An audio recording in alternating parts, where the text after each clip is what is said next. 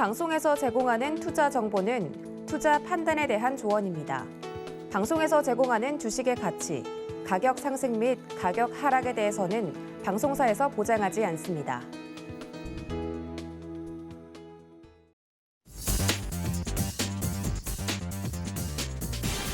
안녕하세요. 순간포착 매매 시그널의 이수연입니다.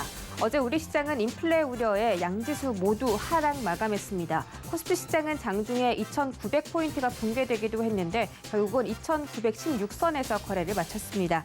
코스닥 시장은 940포인트에서 거래 마감했고요. 원달러 환율이 장중 1,200원을 돌파하면서 외국인의 수급 악재가 이어졌습니다. 오늘 양지수 예상 출발은 코스피가 2,908선, 코스닥은 932선 예상되고 있고 코스닥이 잠깐 한 1% 넘게 하락을 했다가 지금은 다시 0.8% 예상 체결가로 진행이 되고 있습니다. 오늘의 중소형주가 역시나 조금 더 강한 낙폭을 보일 것으로 예상하고 있습니다. 뉴욕 증시 3대 지수는 주요 경제 지표를 기다리면서 관망세가 짙게 나타났습니다. 다우지수가 0.3% 하락, S&P 지수는 0.2%, 나스닥은 0.14%대 하락으로 거래를 마쳤습니다. 이 시장 투자자들은 소비자 물가지수와 FOMC 회의 결과 그리고 주요 은행들의 실적을 기다리면서 눈치 보기의 장세가 펼쳐지기도 했고요. 한편 국제유가는 다시 80달러 위에서 거래를 마치면서 인플레 압력이 다시 심화되고 있습니다. 또 암호화폐 시장도 현재 강세장이 나타나고 있는데 이렇게 증시가 하락할수록 가상화폐 시장이 조금 더 활기를 되찾고 있는 그런 모습이 나타나고 있습니다. 오늘도 이런 이슈 기반에서 시그널들 챙겨드리도록 하겠습니다. 네, 오늘은 세 가지 전문위원들 세 분의 전문위원 만나보도록 하겠습니다. 김범준, 민경철, 그리고 김성현 세 분의 전문위원과 함께 개장 시그널들 다뤄보도록 하겠고요. 유튜브 서울경제TV 검색하고 들어오시면 실시간 소통까지 활발하게 만나보실 수가 있겠습니다. 많은 참여 기다리고 있겠습니다. 서울경제의 아침을 여는 오픈맨 정재훈 전문위원 바로 만나보도록 할게요. 안녕하십니까? 안녕하십니까, 정재훈입니다. 네, 반갑습니다. 최근에 지수가 좀 많이 안 좋죠. 어제도 양지수가 1% 넘게 하락 마감했습니다. 뉴욕 증시도 3대 지수가 약보합권에서 거래 마쳤는데요. 최근에 외국인 수급이 좀 많이 안 좋다 보니까 시장 압박이 들어오고 있습니다. 인플레 우려도 좀 심화되고 있는 상태고 오늘자 시장은 어떻게 대응해 볼까요? 예, 최근 시장이 좀 상당히 힘겹게 진행이 되고 있습니다. 뉴욕 증시도 3대 지수가 약세로 좀 마무리가 되는 그런 모습들을 좀 보였었고요. 국내 시장도 외부적인 이슈 부분들 때문에 밀리는 그런 모습들을 좀 보였지만 부정적인 이슈가 좀 계속적으로 나와주는 그런 모습들을 좀 보여주고 있습니다. 특히나 전날 같은 경우는 삼성전자 쪽에 있어서의 이 안 좋은 그런 얘기들이 좀 나와주고 있는 그런 상황들인데, 삼성 오너분들이 상속세에 대한 부분들 때문에 삼성 계열사의 지분을 매각할 것이다라는 그런 소식이 좀 전해졌었고요. 그러면서 삼성전자가 거의 4% 가까운 하락세를 좀 기록을 해주는 그런 모습들을 좀 보였었어요.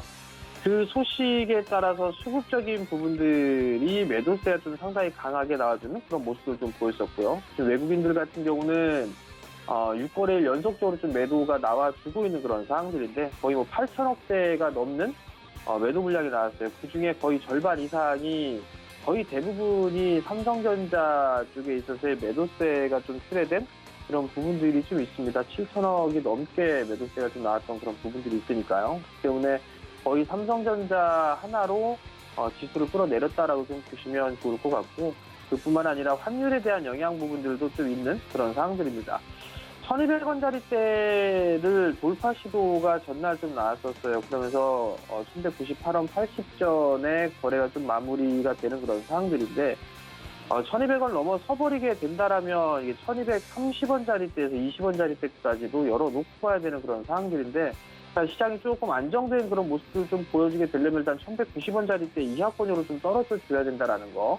그 부분들을 좀 체크를 해봐야 되지 않을까라고 좀 보여지고요. 마지막 부분들로 보게 되면 기업의 EPS 증가치가 하향 조정되고 있다라는 거. 그 부분들이 시장에 있어서는 부담 요인으로 좀 작용을 하고 있는 그런 상황입니다. 결국은 차별화된 시장이 좀 나오는 그런 상황이다라고 좀 보시면 좋을 것 같고요.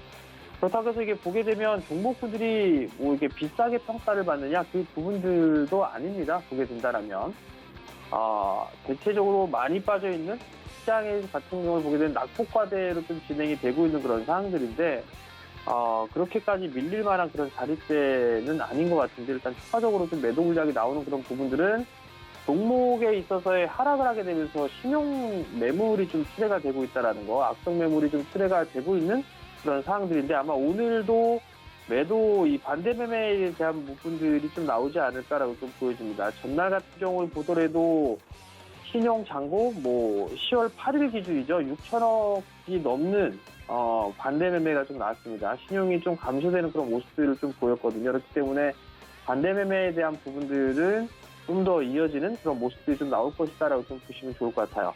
시장을 지수로만 보게 되면 거래소 시장이나 코스닥 시장 같은 경우 모두 낙폭과대로 빠져 있는 그런 상황들이에요. 그렇기 때문에 지금 당장의 심리가 상당히 좀 위축되어 있는 그런 상황들인데 지금 매도를 하는 것보다는 오히려 좀 보유를 해놨다가 반등이 좀 나왔을 때 대응을 하는 그런 전략이 좀 더 좋지 않을까라고 좀 보여지고요. 그리고 아마 투심이 좀 상당히 위축되어 있는 그런 상황들이기 때문에 매도 버튼을 클릭하기가 좀 더 쉽지 않을까라고 좀 보여집니다. 안 좋은 얘기들만 계속 나오기 때문에 일단 불안감은 더 커질 수밖에 없는 그런 상황들이거든요. 그렇기 때문에 조금 시간적인 여유를 갖고 보는 그런 전략이 좀 좋다라는 분들 좀 말씀을 드려보도록 하겠고요. 지수 대비해서 좀 강한 업종군들은 여전히 좀 보셔야 되지 않을까 싶습니다. 자동차 쪽이라든가 수소차라든가 전기차 쪽, 그리고 원자재 쪽이라든가 아니면 콘텐츠 쪽에 있어서의 관심을 갖고 보는 그런 전략이 좀 좋지 않나라고 좀 보여지고요. 전날 미국 증시에서 카지노 관련주의 주가가 좀 상승해주는 그런 모습을 보였었고 리포트가 좀 나왔었는데 목표 주가를 2배 상향 조정했습니다. 그럼 거기에 따라서 국내 쪽에 있어서의 종목군들도 연동이 되는지 그 부분들을 좀 체크를 해볼 필요성이 있다라는 점을 좀 말씀을 드리도록 하겠습니다. 이슈의 한 트레이딩을 좀 보게 되면 삼성의 파운드리 쪽에 있어서 선전폭을 했다라는 그 소식이 좀 전해졌습니다. 평택 2공장을 좀 증설을 해서 2024년에 풀가동을 하겠다라는 그런 얘기가 좀 전해졌습니다. 사실 IT 하드웨어 쪽 같은 경우는 상당히 많이 빠졌어요. 기본적으로 시장의 평균치보다 상당히 좀 많이 밀려 내려오는 그런 모습들을 좀 보여주고 있고 대부분의 하드웨어 쪽의 종목군들, 장비들을 보게 되면 신저가를 찍어주는 그런 모습들을 좀 보여주고 있는 그런 상황들인데 원익 IPS 같은 경우도 신저가를 좀 기록을 하고 난 이후에 반등이나 다시 되밀리는 그런 모습들을 좀 보여주고 있거든요. 기업의 평균적인 그런 부분들을 좀 보게 된다면 내년도 상반기 때에 최고 실적을 기록할 것으로 예상을 하고 있습니다. 매출도 마찬가지로 그렇게 좀 예상을 하고 있는데 PER 기준으로 보게 되면 내년도를 기점으로 보게 되면 10배가 안 됩니다. 코스닥의 PER이 33배 정도 수익을 좀 감안했을 때는 상당히 좀 저평가되어 있다라고 좀 보셔도 좋을 것 같거든요. 그래서 비단 이뿐만 아니라 테스나라든가 아니면 테크윈 이런 기업들조차도 실적은 상당히 좋은 그런 상황들인데 낙폭과대로 다 밀려 내려온 그런 상황들이에요. 그렇기 때문에 지금 구간에서의 대응은 조금 의미가 없는 그런 자릿대가 아닌가라고 좀 보여지고요. 시간적으로 좀 보낼 필요성이 있다라는 거. 또는 테크윈이라든가 한미반도체 이런 기업들까지도 나름대로는 좀 반격 시도가 좀 나아질 수가 있다라는 거. 그리고 하나마이크론도 마찬가지로 많이 빠져있는 그런 상황이라 그나마 좀 견조한 그런 모습들 좀 보여주고 있죠. 그럼 이러한 종목군들이 수급이 좀 개선되는 그런 모습들이 좀 나와주게 된다면 발빠르게 좀 움직여질 수 있다는 점, 그 부분을 좀 기억을 하시고 좋은 관점으로 좀 길게 모아간다는 관점으로 좀 봐도 좋지 않을까라고 좀 보여집니다. 컨센서스 상향 종목군들을 좀 보게 되면 시장이 안 좋아도 실적이 좀 좋아지는 그런 종목군도 좀 여전히 견조한 그런 모습들을 좀 보여주고 있는데 SBS 같은 경우도 컨센서스가 좀 상향 조정되고 있는 그런 상황들입니다. 보게 된다면 21선을 좀 지지해주는 그런 모습들을 좀 보여주고 있는데 21선 구간에서 61선 언저리 때까지는 그날로 매수 포인트를 좀 잡아봐도 좋지 않을까라고 좀 보여지고요. 그 이외에 후공동 쪽에 있어서 LB세미콘 같은 경우도 실적이 좀 상향 조정되고 있다라는 거, 주가를 좀 밀려 내려온 그런 상황들인데 아직까지는 낙폭과대로 빠진 그런 모습들은 좀 아닙니다. 그렇기 때문에 LB세미콘은 조금 기다려보는 그런 전략이 좀 좋을 것 같고요. 현대제철 같은 경우도 저점을 좀 기준으로 해서 분할로 매수 포인트를 좀 잡아도 좋아 보이고요. 매일력 같은 경우도 컨센서스 좀 상향 조정되고 있는 그런 상황들이기 때문에 저가 매수 타이밍을 노려볼 수 있다라고 좀 보셔도 좋을 것 같습니다. 수급가의 신주를 좀 보게 되면 첫 번째 종목으로는 SOED예요. 경제 마진이 계속 좋아지고 있는 그런 상황들이고 유가의 흐름도 견조한 그런 모습을 보여주고 있기 때문에 SOE는 좀 관심 있게 보셔도 좋을 것 같고요. 시장이 불안하니까 배당이라든가 이런 부분을 놓고 봤을 때 은행주라든가 금융주들은 좀 괜찮단 말이죠. 기업은행 같은 경우도 견조한 그런 주가의 흐름들을 좀 보여주고 있는 그런 상황들이고 그러다 보니까 그나마 시장에서 좀 안정적으로 대응을 할 수 있는 그런 종목군들이 좀 더 수월하거든요. 그렇기 때문에 오늘 장에는 뭐 SOE라든가 기업은행 이런 종목군들을 관심 있게 보셔도 좋을 것 같습니다.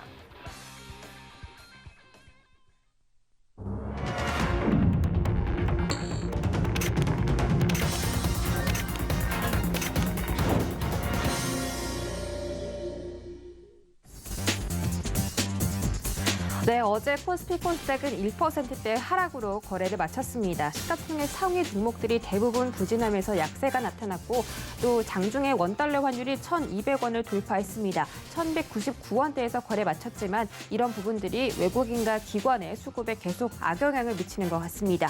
또 10개월 만에 다시 삼성전자가 6만 전자로 내려갔는데요. 메모리 반도체 가격 하락 우려 때문인 것으로 풀이되고 있습니다. 자세한 개장 상황 함께 확인하시죠. 네, 오늘 코스피 시가총액 1위부터 5위까지 네이버를 제외하고 모든 종목들이 하락하고 있습니다. 삼성전자는 일단 전일 대비 300원 더 빠지면서 주가가 6만 8천 원대까지 내려갔는데요. 현재 주가는 6만 8,700원에서 거래되고 있습니다.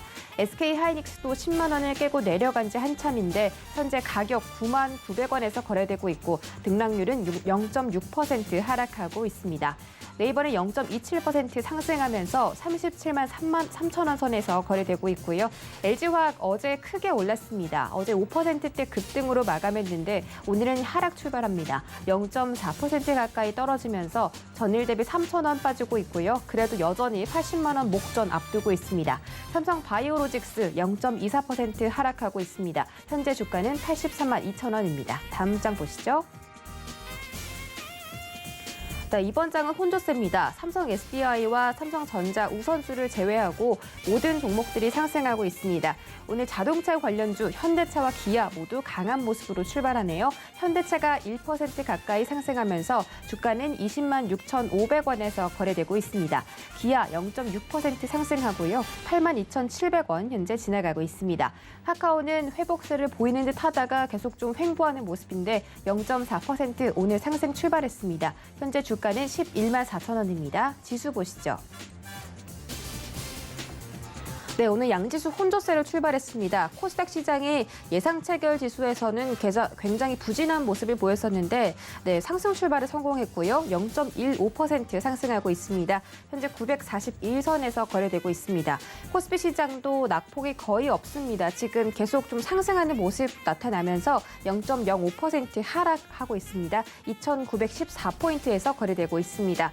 네, 오늘 거래소 시장에서 개인들과 기관이 동반 매수 펼치고 있고 코스닥 시장은 개인들이 강하게 사들이면서 장 초반에 빨간불 켜내고 있는 것으로 보입니다. 다음 장 보시죠. 네, 코스닥 시가총액 상위 1위부터 5위까지는 HLB를 제외하고 모든 종목들이 상승하고 있습니다. 셀트리온 헬스케어 0.46% 올라가고 있고 LNF와 에코프로비엠 2차전지 관련주도 강세 보이고 있습니다. LNF가 19만 700원, 에코프로비엠은 42만 5,300원에서 거래되고 있습니다. 펄어비스 개인 관련 종목이죠. 2.67% 급등하며 출발합니다. 현재 주가는 9만 2,200원에서 거래되고 있습니다. 다음 장 보시죠. 네, 이번 장에서는 SK머티리얼즈 제외하고 모든 종목들이 상승하고 있습니다. 카카오게임즈 1.4% 상승하면서 6만 6,300원까지 주가 올렸고요. CJ ENM도 1.19% 상승합니다. 위메이드 0.4% 오르면서 9만 900원에서 거래되고 있습니다. 게임 종목들, 콘텐츠 종목들 오늘 다 강한 힘으로 출발하는 모습이고 지금 시장에서는 리비안 관련주들의 시세가 나오고 있습니다. 대원화성 그리고 한룡화성, 덕양산업까지 현재 시세 나오고 있습니다.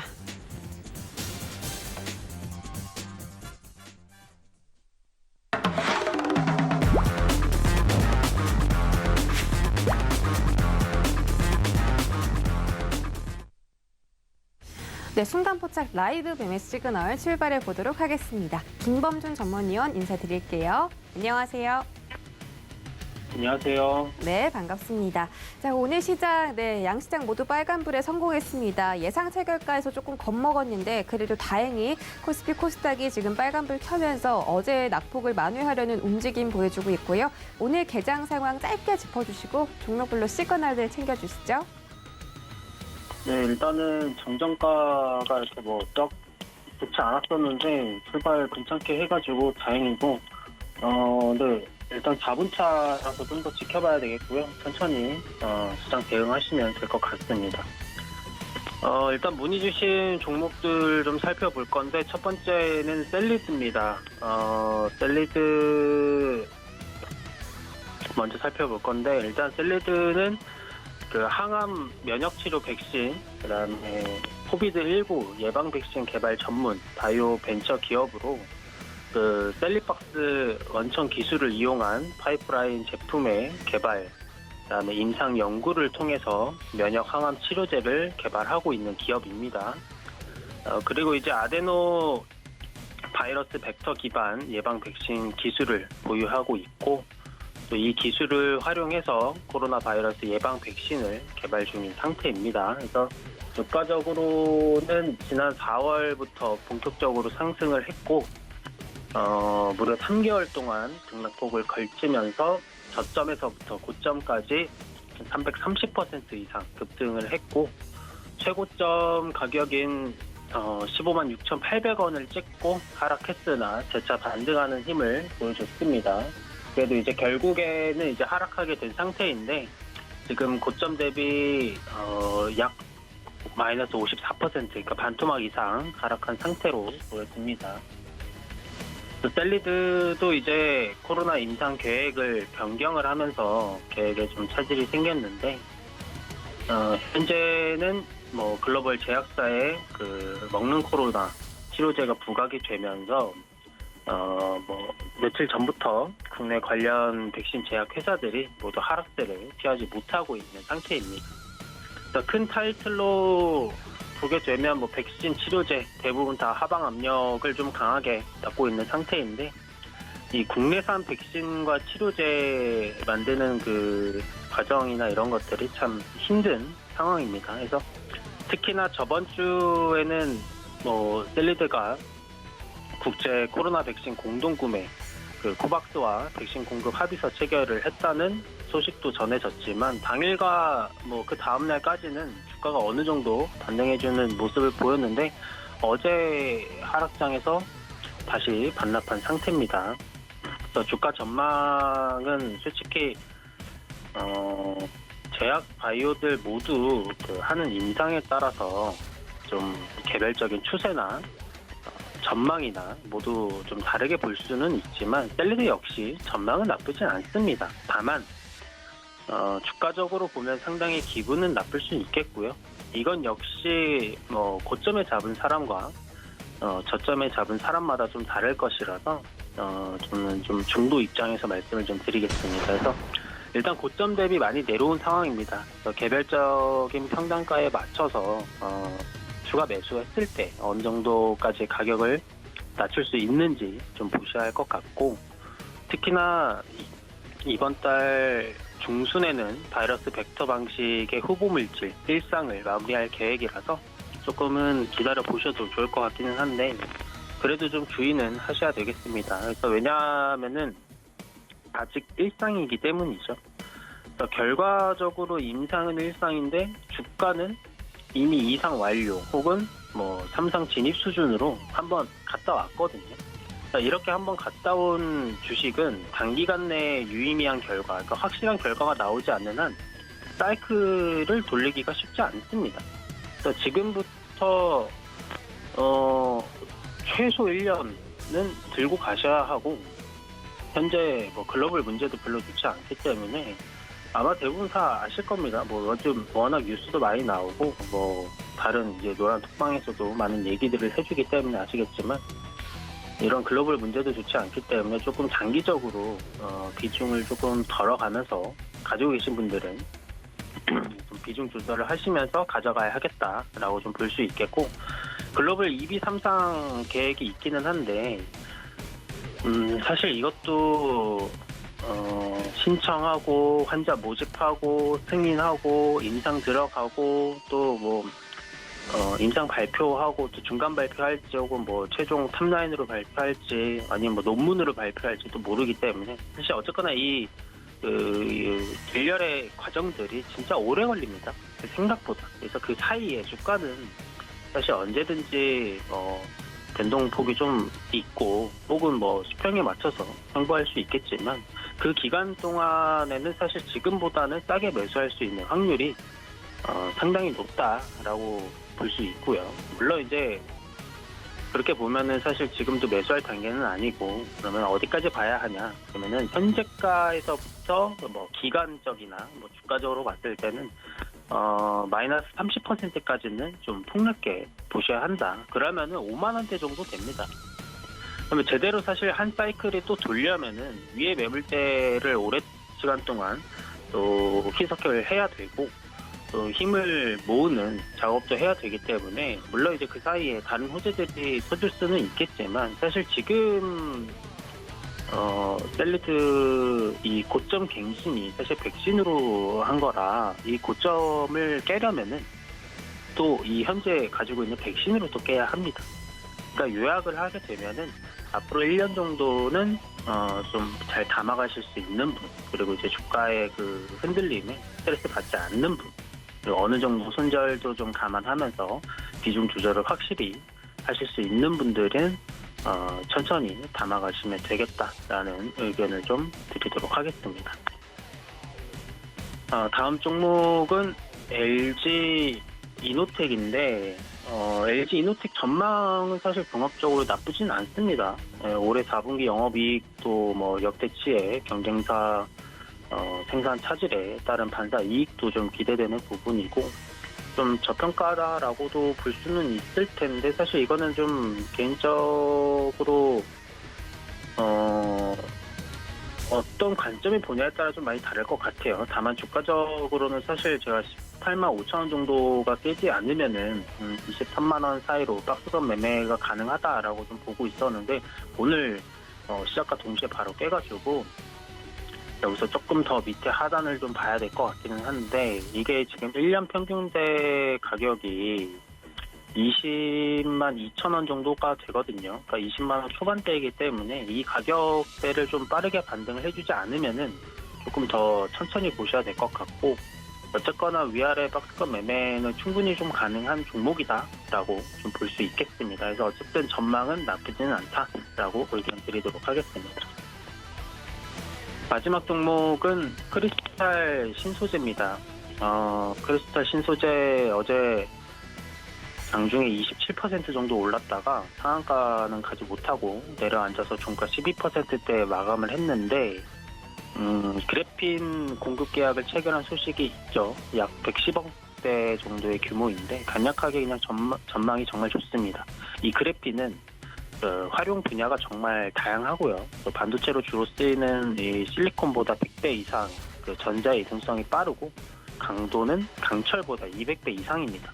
그러니까 이 그래핀 관련으로 공부를 좀 하시다 보면은 정말 떠오르시는 게 있으실 텐데 뭐가 떠오르냐? 이건 단기적인 종목은 아니다. 최소 장기적인 관점에서 매매해야 하는 종목이구나 라는 생각이 드실 겁니다. 그래서 최근 1년 평균가보다 확실히 내려앉은 상태라서 이럴 때는 좀 매수를 집중적으로 하셔야 된다라고 간략하게 말씀드리면서 오늘 마무리하도록 하겠습니다. 네, 세 가지 종목에 대한 시그널들 챙겨드렸습니다. 세 가지 셀리드와 LG 이노텍 그리고 크리스탈 신소재 알아봤고요. 지금 개장한 지 13분 정도 지나가고 있습니다. 이 시각에서는 어떤 특징주들이 움직이고 있는지 첫 번째 종목부터 만나보시죠. 네, 첫 번째 종목은 넥스트비트입니다. 어제 시간의 거래에서도 상당히 급등세를 보인 그런 종목이고요. 최근에 극심한 전력난을 겪는 중국에서 석탄 가격이 역대 최고 수준으로 급등한 가운데 중국 정부가 석탄 화력 발전 전기료 완전 자유화 방침을 밝히면서 오늘 시장에서 석탄 관련 종목들이 강세를 보이고 있습니다. 이 넥스트비트는 건강기능식품 기업인데 이 몽골에서 두 번째로 석탄의 매장량이 많은 많은 곳의 지분을 2011년에 투자해서 지금 한 10년 동안 보유 중이라고 밝힌 바가 있습니다. 그래서 석탄 관련주로 묶이면서 현재 급등이 나오는 것 같고요. 네, 현재 13% 넘게 올라가면서 주가는 2,065원에서 거래되고 있습니다. 일봉으로 보시죠.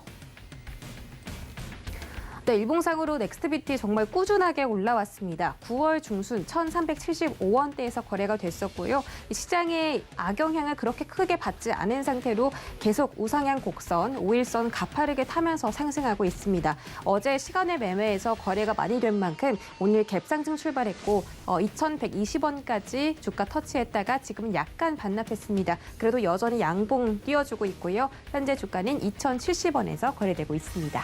다음 종목 보시죠. 네, 이번 종목은 경동제약입니다. 경동제약은 부시라민 관련주로 분류됐는데 이 부시라민은 캐나다 제약사인 리바이브 테러퓨틱스에서 개발 중인 코로나19 치료제고 임상 3.3 결과 발표가 임박했다는 소식 때문에 이 부시라민 관련주인 경동제약이 함께 이 주식시장에서 상승하고 있는 것으로 보입니다. 어제 상한가 도달했고요. 그 상한가에 기운을 이어받아서 오늘도 급등하고 있습니다. 이 경동제약은 지난해 말에 식약처로부터 부시라민 원료의 수출 허가를 받았다라고 밝힌 바가 있습니다. 현재 경동제약 주가는 15,000원에서 거래되고 있습니다. 일봉으로 보시죠. 네, 경동제약은 꾸준히 좀 상승을 해주려고 했는데 횡보가 좀 오래 있었죠. 1,300원까지 저점 터치했다가 어제 상한가 도달하고 오늘도 힘있게 출발했습니다. 현재 1,300원부터 15,600원까지 단 이틀 걸렸고요. 현재 주가는 14,900원에서 거래되고 있습니다. 네, 여기까지 이 시각 특징주 살펴보고 돌아왔습니다. 저희 다음 전문위원, 민경철 전문위원 만나보도록 하겠습니다. 안녕하세요. 네, 반갑습니다. 매일 아침 상한가를 꿈꾸면서 일어나는 전문위원 민경철 인사드립니다. 네, 반갑습니다. 오늘도 상한가 나올 만한 종목들 꽤 있을 것 같은데 오늘 시장에서는 리비안 관련주 그리고 석탄, 원력, 원자력 발전소 이런 관련주들이 좀 눈에 띄게 상승하고 있습니다. 그리고 오늘 코스피 코스닥이 아침의 상승폭보다 지금 상승폭이 훨씬 많이 늘어났거든요. 지금 계속 이 지수 차트가 급등하는 모습을 보이고 있기 때문에 오늘 장 초반에 이렇게 강한 모습 보이는 만큼 좀 전달할 만한 시그널이 많이 있을 것 같습니다. 일단 이렇게 좀 강세장에 대해서도 어떻게 생각하시는지 여쭤봐도 될까요? 네, 일단은 오늘은 조금 수급적인 부분에서 좀 이야기를 해드리도록 하겠습니다. 자, 코스피에서는 올해 1월부터 우리 개인 투자자 여러분들이 약 73조 원을 순매수를 진행했고요. 우리 외국인 투자자가 약 마이너스 30조 원의 물량을 던졌고 코스피에서 기관이 약 마이너스 41조 원의 좀 대규모 자금을 순매도함으로써 좀 순매도 공세를 좀 펼치고 있는 상황입니다. 좀 힘들게 우리 개인 투자자 여러분들만 1월 달부터 계속해서 순매수를 좀 이어가고 있는 상황인데요. 삼성전자 또한 올해 상반기 우리 개인 투자자분들이 좀 상반기에 대거 많이 유입이 됐습니다. 7만 원, 8만 원, 9만 원 가격대에서 우리 개인 투자자 여러분들이 굉장히 순매수를 많이 진행했고 외인은 반대로 대량의 순매도를 좀 진행한 상황인데요. 최근에 이제 한국은행의 금리 인상과 더불어서 정부가 대출 규제를 진행함으로써 지난 1월달 그리고 상반기처럼 좀 풍부한 유동성을 기반으로 동학개미 운동으로 인해서 동학개미 운동이 만개해서 개인 투자자 여러분들만의 좀 공격적인 순매수 공세만으로 삼성전자 같은 대형주를 우리 기술적인 구간에서 주가 과열 구간까지 주가를 들어올리기는 조금 어려운 구간이라고 좀 생각이 됩니다. 결과적으로는 이제 지금 집 나가 있는 외국인들의 수급이 조금 돌아와야 우리 삼성전자도 66,000원, 67,000원 구간에서 좀 기술적 반등을 좀 기대해 볼 수 있지 않을까라는 생각을 해보고요. 자, 기술적인 관점에서는 지금 물류비 비용 증가 그리고 중국의 전력난, 디램 가격 등 반도체 가격 하락 전망 등의 악재에 따라서 우리 한 달하고 더 보름 정도도 안 된 것 같아요. 지금 8월 고가 83,000원 고가 대비 현재 약 69,000원, 7만 원 수준까지 고가 대비 한 달 정도 만에 약 마이너스 20% 가까이 좀 과하게 좀 조정을 받은 구간으로 보여집니다. 환율 등 대내외 상황이 불확실하긴 하지만 삼성전자는 올해 사상 최대 실적을 기록할 것이 확실시되고 있기 때문에 수급적으로 꼬여있는 부분만 해소가 된다면 79,000원 수준까지는 무난하게 기술적 반등이 있을 것으로 전망하도록 하고요. 삼성전자가 반등을 해야 코스피 지수도 반등을 하고 국내 증시의 투심이 살아나게 될 거라는 관점에서 금일장 삼성전자의 66,000원 그리고 67,000원 가격대 지지 반등 여부를 좀 관심 있게 추적해 주시면 좋을 것 같고, 삼성전자를 가지고 있지 않으신 분들 또한 삼성전자 반등을 응원해 주셔야 된다는 좀 심심한 이야기를 남겨드리도록 하겠고요. 자, 2,900포인트 구간에서 정확하게 기술적 반등이 좀 들어오고 있는 상황입니다. 삼성전자 또한 현재 구간이 67,000원, 66,000원 가격대가 아주 강력한 지지 라인이기 때문에 코스피 지수의 2,900포인트와 삼성전자의 66,000원, 67,000원 가격대 지지 반등 여부를 우리 시청자 여러분들, 투자자 여러분들 계속해서 관심 있게 추적해 주시면 좋을 것 같다는 견해를 밝혀드리면서, 자, 오늘 첫 번째 종목으로는 네이버 주가 전망에 대해서 좀 이야기를 남겨드리도록 하겠습니다. 자, 최근 지수가 큰 폭으로 조정을 받음에 따라서 최근 조정은 과도했고 현재 지수 반등 시점에 맞춰서 우상향 기록하게 될 것으로 전망하도록 하겠습니다. 자, 코스피 시가총액 약 60조 원대의 IT 플랫폼 기업으로서 네이버의 사업 부분은 서치 플랫폼, 커머스, 핀테크, 콘텐츠, 클라우드로 구성이 되어 있습니다. 자, 현재 서치 플랫폼, 커머스, 핀테크, 콘텐츠, 클라우드 그 어떤 사업 영역 또한 우리 하향 산업으로 평가가 되는 산업군들이 아니라 현재 굉장히 높은 상승률로 매출이 증가를 하고 있는 그런 업종이 되겠습니다. 향후 내년뿐만 아니라 내후년 2023년도까지 매출은 급격하게 늘어나게 될 것으로 전망이 되는 분야고요. 네이버의 월간 순 이용자 수가 3천만 명을 돌파했습니다. 그에 따라서 월간 평균 체류 시간이 약 700분 정도, 11시간을 돌파한 것으로 지금 조사가 되었는데요. 대한민국 인구 중에서 5천만 명 중에서 과반 이상이 네이버 포탈, 지도, 웹툰, 소설, 네이버 쇼핑 등의 서비스를 11시간 이상 월간 사용한다고 보시면 좋을 것 같고요. 최근 라인 지분을 처분함으로써 세계상에 좀 막대한 단기 순이익이 발생됐고 약 15조 원 가까운 단기 순이익이 재무제표상 잡히게 됐습니다. 그에 따라서 상반기 기준 자본 총계가 약 23조 원까지 좀 올라온 상황이라서 IT 기업 치고는 굉장히 낮은 펄을 기록하고 있음으로써 동종업계 기업들과 비교해서 굉장한 저평가 구간으로 접어든 상황으로 지금 판단이 되고 있습니다. 자, 9월 초에 카카오 모빌리티 핀테크 플랫폼에 대한 규제가 발생했고요. 이 플랫폼 기업들에 대한 규제는 우리나라 정부뿐만 아니라 지금 전 세계 기업들에 대한 좀 거스를 수 없는 좀 흐름인 것 같습니다. 자, 하지만 네이버는 O2O 사업을 이미 지금 철수를 했고요. 그리고 네이버 쇼핑이라는 이커머스 플랫폼을 통해서 우리 낮은 수수료를 통해서 빠른 정산을 진행하고 소상공인과 이용자와 상생을 추구하는 플랫폼 사업에 대한 정부의 규제에 적극적으로 반대를 하는 것이 아니라 호응하고 이를 맞춰오는 행보를 좀 취해오고 있습니다.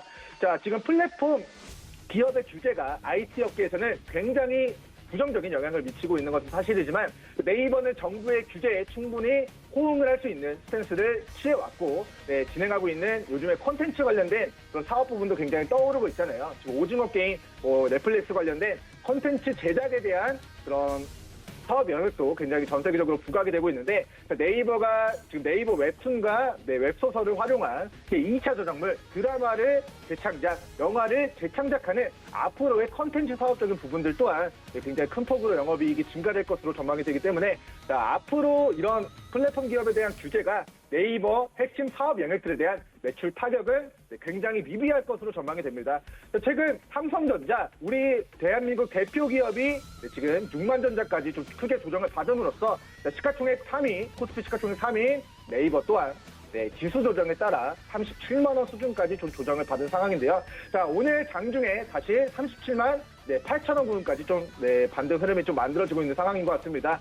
자, 본 사업에서 발생되는 실적의 증가 흐름이 지금 천재지변이 발생하지 않는 한 혹은 정부가 중국 정부처럼 굉장히 말도 안 되는 규제를 추가적으로 진행하지 않을 시 2023년도까지 실적에 기반한 우상향을 전망하도록 하겠습니다. 자, 현재 구간에서는 33만 원, 35만 원 구간을 손절 잡고 37만 원, 38만 원 부근 밑으로 조정 시에는 좀 분할 매수 진행해서 평단가를 관리하신 이후에 정부의 핀테크 플랫폼 기업들에 대한 규제에 대한 공포가 완만해지는 시점까지 혹은 내년, 내후년 실적 굉장히 폭발적으로 증가가 되는 그 시점까지 좀 중장기적으로 보유 가능하다라는 그런 의견 남겨드리도록 하겠습니다. 자, 두 번째 종목으로는 GS 글로벌 주가 전망에 대해서 좀 이야기를 남겨드리겠습니다. 자, 본 종목은 먼저 굉장히 가벼운 종목이에요. 우리 방금 전 살펴봤던 네이버의 시가총액은 약 60조 원으로 굉장히 엉덩이가 무거웠던 코스피 시가총액 약 3위를 기록하고 있는 기업인데 우리 GS 글로벌 같은 경우는 시총 약 200억 정정하였습니다. 2천억 정도밖에 되지 않는 코스피 상품 종합 도매업을 진행하고 있는 GS그룹의 계열사입니다. 당사는 종합무역사로 철강, 석유, 화학제품, 석탄, 바이오매스, 기계, 수입, 유통 등의 무역, 유통 사업을 영위하고 있을 뿐만 아니라 신사업 영역으로 태양광과 수입 자동차, 수입 자동차를 들여와서 유통시키는 역할을 좀 진행하고 있는 업체입니다. 그래서 석유화학 및 발전 플랜트, 기자재 제조 사업, 그리고 이제 국내외 여러 가지 프로젝트 사업을 진행함으로써 해외 주요 지역의 법인 약 27개 해외 네트워크를 좀 보유하고 있는 기업이 되겠습니다.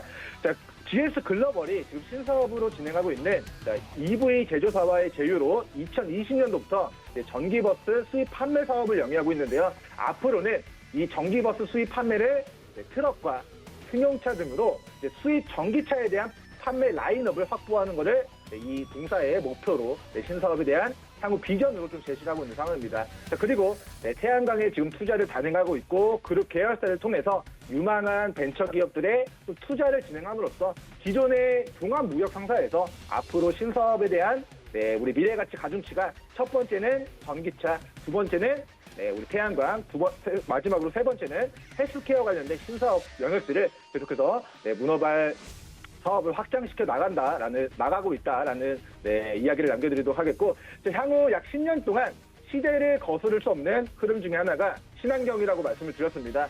그런데 이 친환경에서 대표적으로 우리가 현실화 좀 목전에 좀 앞두고 있는 분야 중에 하나인 전기차 그리고 태양광과 관련된 신사업을 좀 진행하고 있는 만큼 앞으로 이 신사업에 대한 미래가치 가중치가 좀 정상적으로 평가가 되었을 때는 과거 2009년도 당시에 본 기업의 주가가 2만 원 정도를 기록했습니다. 자, 당시의 매출액은 1조 1천억 원이었는데요. 10년이 지난 지금 동사의 매출액은 2조 8천억입니다. 자, 매출액은 2배 이상 늘어났고 영업이익은 그때와 비슷한 수준으로 발생되고 있는데, 자, 과거 10년 전 주가는 2만 원, 지금의 주가는 3천 원으로 앞으로 GS글로벌 매출액은 이미 10년 전에 비해서 2배 이상 증가했는데 주가는 약 7분의 1토막 정도로 지금 바닥권에 위치해 있다는 부분을 좀 고려를 한다면 저는 저평가 영역대로 좀 보여진다라는 의견 남겨드리도록 하겠고요. 영업이익이 굉장히 낮습니다. 물리를 진행하고 있기 때문에 영업이익은 굉장히 낮지만 2002년도부터 단 한 번에 영업 손실을 발생시키지 않고 있고 수백억대 영업이익을 우리 근 20년 동안 꾸준히 발생시키고 있는 기업이기 때문에 향후 위로 박스권 상단 영역대인 3,400원과 3,700원 구간 일봉상의 추세 상단을 돌파하는 시점에는 대시세 분출의 가능성 좀 높게 전망하도록 하면서 위로 3,400원, 3,700원 구간을 뚫어냈을 때 2차 목표가 저는 4, 5천 원 영역대까지 추가 시세 가능성 좀 열려 있는 상황이다라는 기술적 분석 의견 남겨드리도록 하겠고요. 최근 역대급의 거래대금을 동반하면서 이 박스 상단을 좀 돌파 시도하고 있는 구간으로 보여집니다. 강하게 매기가 유입됐고 기술적인 관점에서 짧게는 2,700원에서 2,900원 구간, 밑으로 조금 넉넉하게는 2,550원에서 2,650원 구간을 이탈하지 않을지 조금은 롱포지션 잡고 본 기업의 우리 과거 2009년도의 차트를 10년 전의 차트를 좀 가늠하시면서 롱포지션 잡고 상승 구간에서의 분할 매도 청산기에 행복 실현기에 좀 누려보시면 좋을 것 같습니다. 자, 그리고 시간 관계상 이제 마지막으로 준비한 원풍 종목의 주가 전망에 대해서는 큰 손들이 좀 좌지우지 될 수 있는 종목이라는 좀 의견 남겨드리도록 하겠고, 자, 단기급 등시 8,000원, 9,000원 구간에서는 다소 비중 청산하시고 일부 비중으로만 추가시세 누려보시는 게 좀 안전할 것 같다라는 좀 의견을 밝혀드리도록 하겠습니다. 자, 지금 본 기업의 유통지수가 45% 정도밖에 되지 않는데 시총이 800억 정도로 굉장히 가벼운 종목입니다. 자, 대략 약 3,400억 정도의 유통지수만 담그게 되면은 8, 9,000원 돌파 이후에 추가시세가 좀 나올 수도 있지만 이는 여러분들이 결정하는 게 아니라 이미 이 유통 물량을 잡고 있는 큰 손들의 그런 의지에 따라서 결정될 것이라는 관점에서 다시 우리 4,800원, 5,800원 구간까지 눌렸을 때 그때 좀 저가 매수 기회로 활용하시고 추가 상승 시에는 7,000원 정정했습니다. 8,000원, 9,000원 구간 분할 매도 진행하시면서 행복 실현 후에 다시 한번 조정시 저가 매수 기회에 관심 가져보시기 바라겠습니다. 네, 세 가지 시그널들 살펴봤습니다. 수익 실현이 아니라 행복 실현이네요. 우리 진짜 시청자분들의 계좌 행복 실현할 수 있길 바라겠고요. 네, 코스닥 시장에서 외국인들의 수급이 들어오면서 1.16% 상승하고 있습니다. 장 초반부터 꾸준히 가파르게 올라가는 모습이고, 네, 거래소 시장에서는 기관들의 매수 물량이 이어지고 있습니다. 오늘 시장에서도 여전히 리비안 관련주들 그리고 원자력 관련주 아직까지 강세 보이고 있습니다. 마지막 김성현 전문위원 만나서 여쭤보도록 하겠습니다. 안녕하세요. 네, 안녕하세요. 네, 반갑습니다. 오늘 세 가지 종목 시그널들 챙겨주실 텐데 그 전에 아주 짧게 이 코스닥 시장 상승세 좀 여쭤봐도 될까요? 네, 시장 흐름은요. 오늘장 같은 경우 삼성전자가 시장 흐름은 바닥권을 잡아주고 있다 이렇게 보시면 됩니다. 정확하게 제가 이전에 삼성전자를 한번 다뤄드릴 때 68,000원 선, 69,000원 선 이 라인대가 이제 굉장히 저렴한 가격선이다라고 설명 한번 드렸습니다. 반등권 지금 이때는 유지를 해줄 것인데 원달러 환율 같은 경우는 한 리스크까지 2,200원대를 유지를 하고 있기 때문에 이런 부분에서의 리스크 좀 생각하시고요. 신규조보다는 기보유 종목의 어떤 이 유지 전략으로 가시는 게 좋다는 의견을 먼저 드리도록 하겠습니다.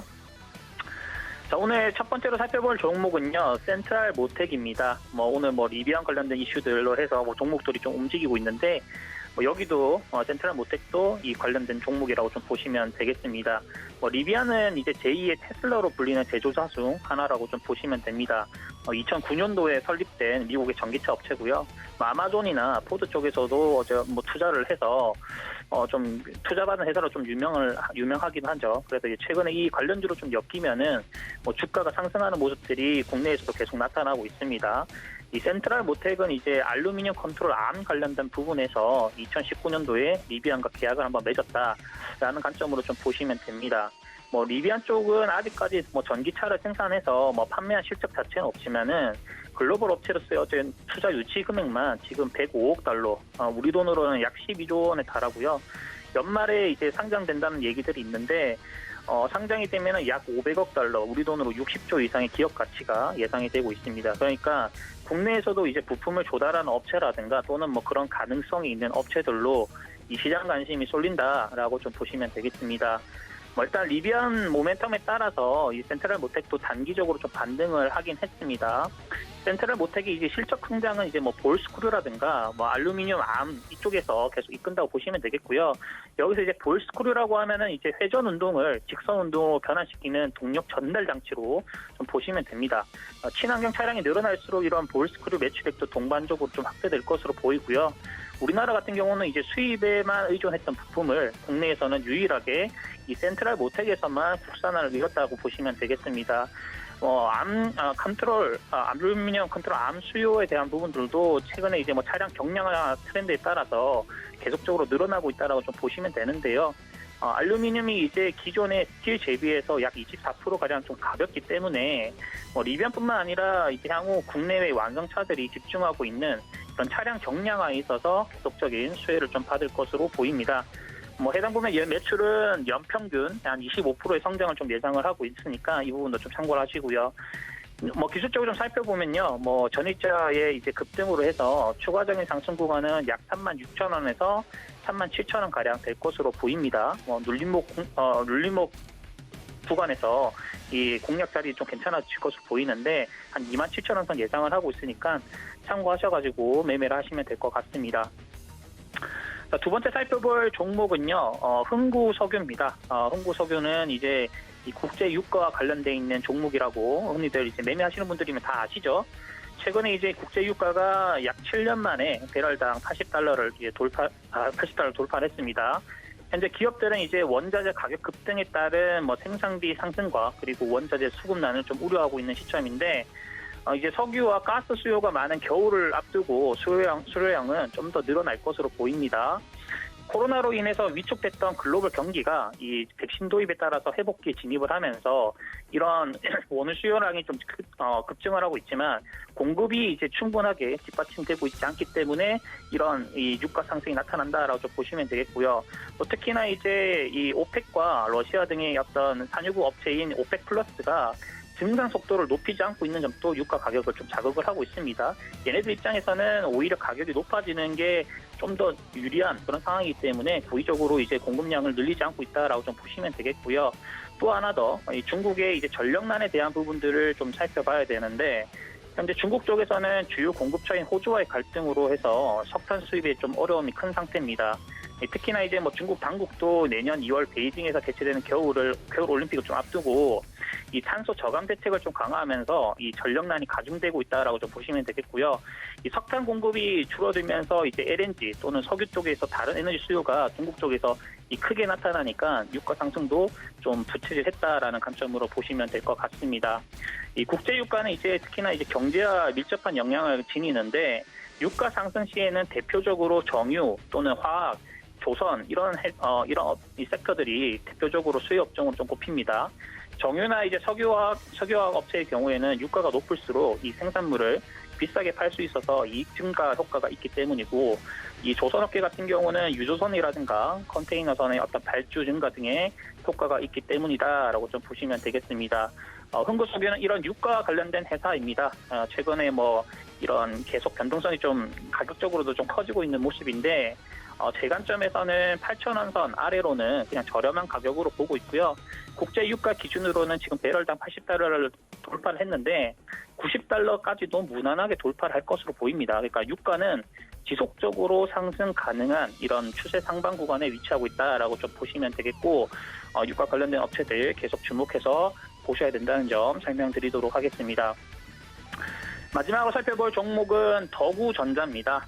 더구전자 중장기 포지션 좀 굉장히 좀 유효할 것으로 보이는데 좀 살펴봅시다. 더구전자는 2017년도에 이제 코스닥에 상장한 회사라고 좀 보시면 되겠습니다. 가격적인 측면으로는 상장 이후 이 데이터가 많이 안 쌓였기 때문에 가격 데이터는 많이 없죠. 그래서 기술적으로 분석하기엔 조금 애매하긴 한데 일단 내용적으로 살펴봅시다. 주로 휴대폰 카메라나 카메라 모듈이나 아니면 차량용 모터 같은 이런 부분들을 생산하는 회사라고 좀 보시면 됩니다. 국내 사업장 쪽은 이제 구미지 쪽인데 중국, 폴란드, 멕시코 등의 이 현지 법인을 통해 가지고 공급 네트워크를 좀 구축을 하고 있습니다. 아이폰 관련한 신제품 이슈가 있을 때마다 계속적으로 좀 주목을 받기도 했고요. 더구전자의 주요 고객사 쪽이 이제 LG 이노텍 쪽인데 최근에 이제 LG 이노텍 쪽에서 애플카 TF를 구성했다는 얘기도 들리면서 이 더구전자 역시나 애플카 이슈로도 시장 관심을 받기도 했습니다. LG 이노텍은 이제 그 애플의 카메라 모듈 관련한 어떤 주요 공급사인데 이 전장산업 쪽에서 앞으로 차량용 어떤 자율주행 관련된 부분에서 이 카메라 모듈, 이제 차의 눈에 해당되는 이 카메라 모듈이 이 상당히 중요한 역할을 할 것으로 감안을 하면은 이 애플카와의 어떤 협업 논의도 충분히 될 수 있는 부분이라 생각을 합니다. 또 하나 주목을 해봐야 될 부분들은 이제 이 더구전자에서 이 신규 사업도 지속적으로 모색을 하고 있다는 점인데 우선 M&Tech이라는 회사를 인수한 부분 그리고 이 구상장사였던 이 유양 DNU 이름이 이제 Y2 솔루션으로 좀 바뀌었죠. 이 회사를 인수한 부분이라고 좀 보시면 됩니다. 기존의 사업 외에도 이 더구전자 쪽에서는 2015년도부터 이 미국의 큐리바이오 설립에 참여해서 바이오 분야 신사업도 진행을 하고 있습니다. 이번에 인수한 Y2 솔루션은 이런 부분에서 이제 주가 상승 모멘텀으로 바이오를 갖다 붙여서 주가가 상승할 수도 있지 않겠는가라는 관점으로도 일단 보고 있고요. 아직 그게 붙여진 건 아닙니다만은 추가로 이제 M&Tech을 인수를 하면서 또 MEMS 공정과 센서 개발 등의 신성장 전략을 또 수립을 할 것으로 보입니다. 그래서 지금 현재 더구전자 쪽에서는 분명히 이제 매출에 대한 부분들은 안정적으로 진행이 되고 있지만은 모멘텀적으로 시장 관심을 크게 이끌기에는 조금 부족한 시점이긴 하죠. 그래서 회사 쪽에서도 지금 여러 방면의 어떤 시도를 하려고 하는 것으로 일단 보입니다. 중장기 포지션은 굉장히 유효할 것으로 보이고요. 지금 현 가격선은 1만 원에서부터 6천 원 선까지는 바닥권 가격이라고 생각을 합니다. 그래서 못해도 최소 12,000원 선의 이 중장기 포지션을 가져갔을 때 큰 상승을 만들어낼 수 있다고 보이니까 중장기로 내가 이런 종목들 하나 갖고 싶다 하시는 분들은요. 지금부터라도 매수 관점 체킹하시면 좋을 것 같습니다. 네, 종목에 대한 시그널들 살펴드리고 돌아왔습니다. 어느덧 마칠 시간이 됐는데 여전히 코스피 코스닥 강한 모습이고요. 외국인들이 선물 시장에서 무려 5,285억 원 매수 들어오고 있고 이 물량이 코스닥에서도 좀 영향을 받는 것 같습니다. 기관들 오늘 거래소 강하게 사들이는 모습이니까요. 오늘 여러분들의 계좌 조금이라도 빨간불 켜지길 바라겠습니다. 참고로 본 방송에서 제공해드렸던 정보는 투자 판단에 대한 조언일 뿐 해당 주식의 가치나 수익률을 보장하진 않습니다. 또 서울경제TV 전문위원들을 사칭하는 1:1 유사 수신행위가 성행하고 있으니 이 점까지 유의하시기 바라겠고요. 서울경제TV와 서울경제신문은 당사의 브랜드입니다. 서울경제증권TV와는 무관하며 타사 유사 명칭에 주의하시기 바라겠습니다. 오늘도 성공 투자하시고요. 저희는 내일 다시 돌아오겠습니다. 시청해주신 여러분 고맙습니다.